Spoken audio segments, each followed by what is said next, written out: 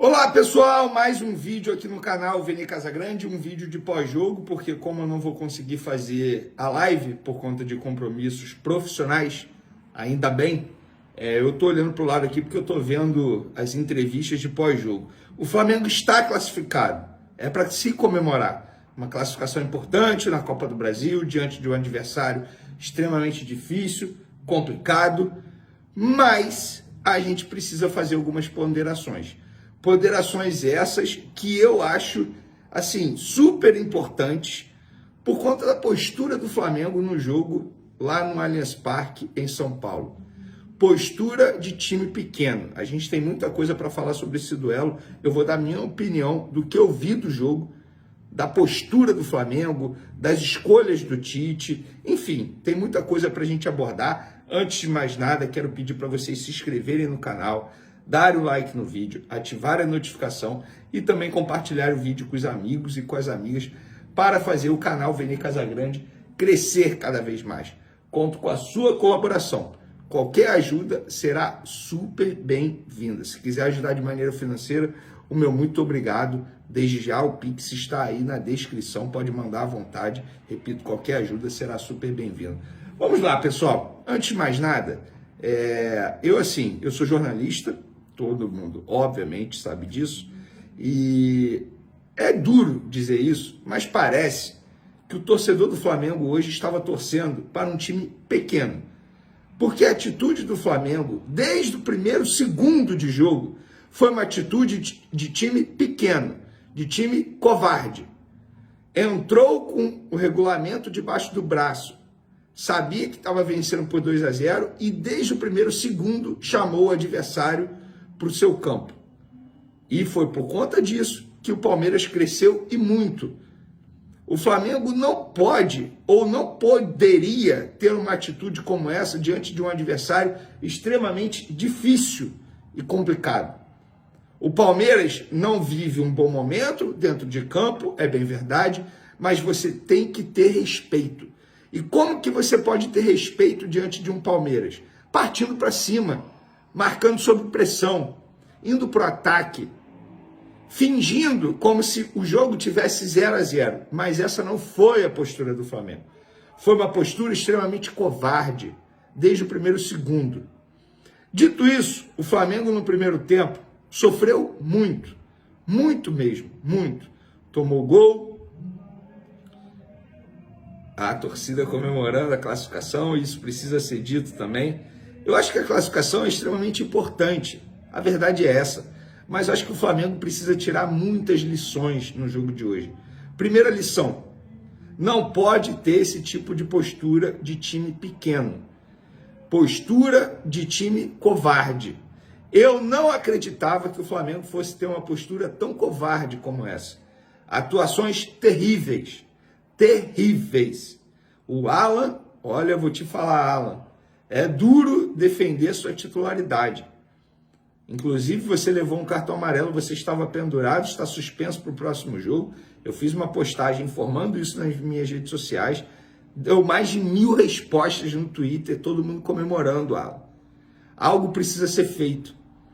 Inclusive, também não entendi as decisões do Tite, sobretudo no intervalo, quando ele tira o Luiz Araújo e bota o Davi Luiz, ficando com 3 zagueiros, depois ele bota o Léo Ortiz, 4 zagueiros em campo, chamando totalmente o Palmeiras. A verdade é o seguinte, o Palmeiras mereceu vencer por 1-0. Mereceu. Inclusive, fica aí uma informação.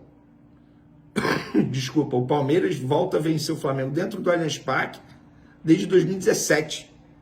De lá para cá eram 7 jogos, 2 vitórias do Flamengo, 5 empates. O Palmeiras mereceu vencer. Eu tenho certeza que a torcida do Palmeiras gostou demais da postura do Palmeiras no Allianz Parque.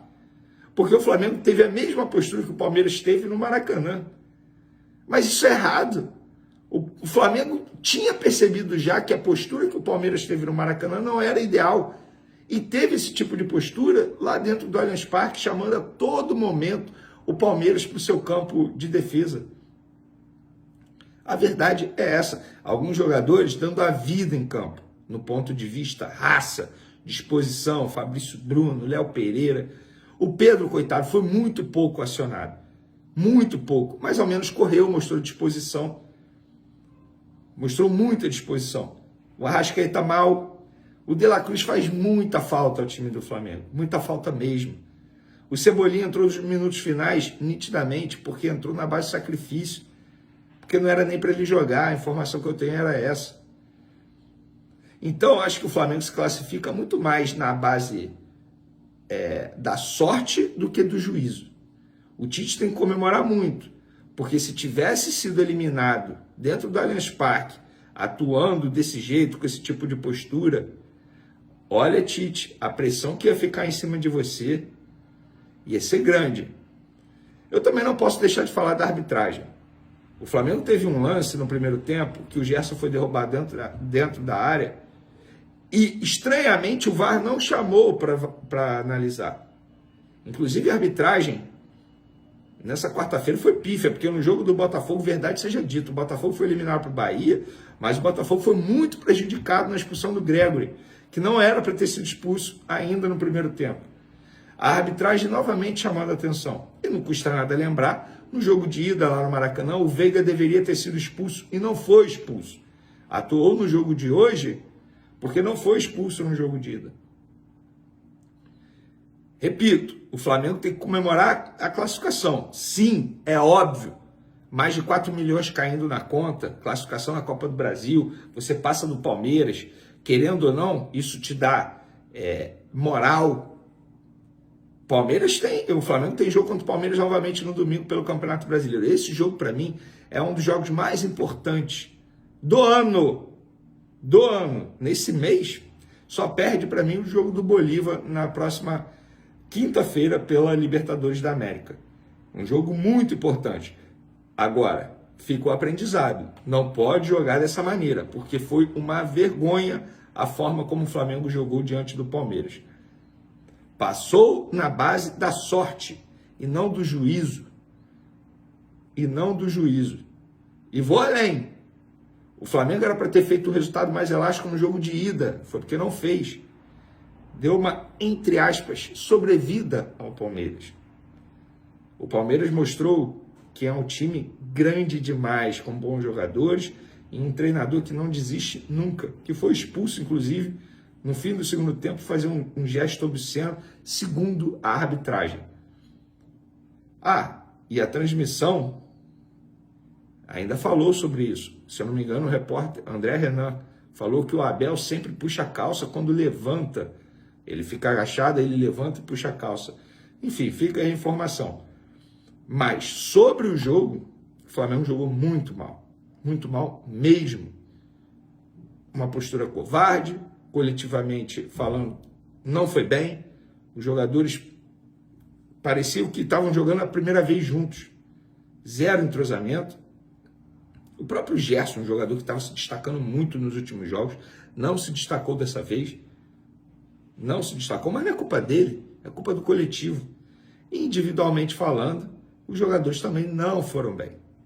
A verdade é essa.